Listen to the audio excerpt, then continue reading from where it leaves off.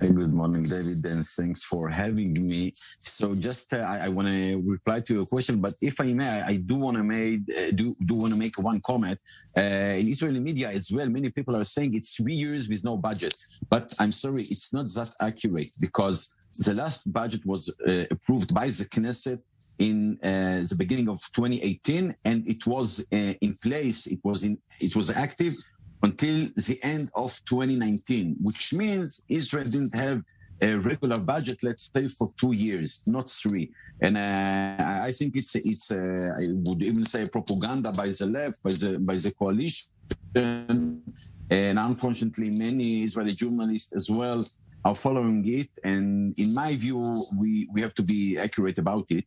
Now, going to your question, in my view, the meaning of the budget approval tonight is actually, let's say, a loop for the opposition, for Netanyahu. Because according to the law, which is now in place, even if tomorrow the government falls from any reason which we now can guess, it means that Yair Lapid becomes the prime minister and that Netanyahu, the Likud, the opposition, has no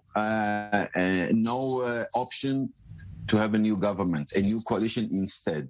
The way it looks now, the only way for the Likud to come back to power is not even with elections, but just if Netanyahu will step down.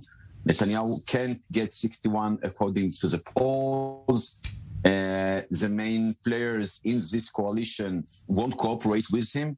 At least if the government won't break to the left. And that's why I'm saying Netanyahu is in a trap, the Likud is trapped, and that's a main problem for the opposition.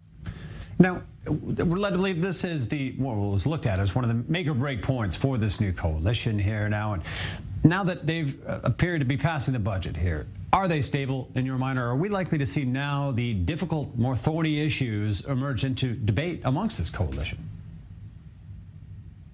So, David, in my view, it's not that the coalition is now more stable than it used to be before, because the differences are here. The gaps, huge gaps in many issues are still here. That's the way it used to be yesterday, and that's the way it will be tomorrow and for the coming years. But again, they stick together and they will stick together in any case, even if the government falls. Actually, I'll take you back to the last 2 years, okay? Since the political crisis began. Netanyahu was a prime minister, elections after elections after elections, just because the other side couldn't establish a government until July 2021, okay?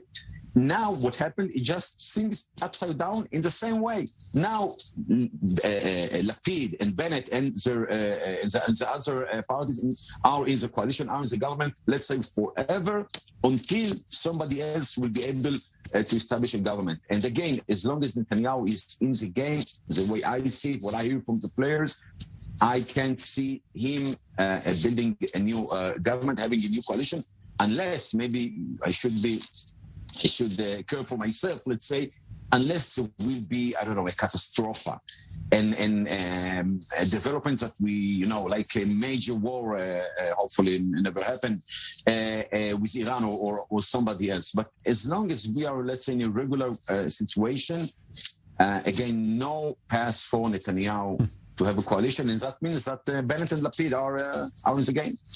Well, smooth waters for the next few years, maybe a tall ask for the state of Israel here. We'll see what does come this way. Ariel Kahana, thanks for the initial breakdown here as the budget seems to be moving forward. Thank you, David.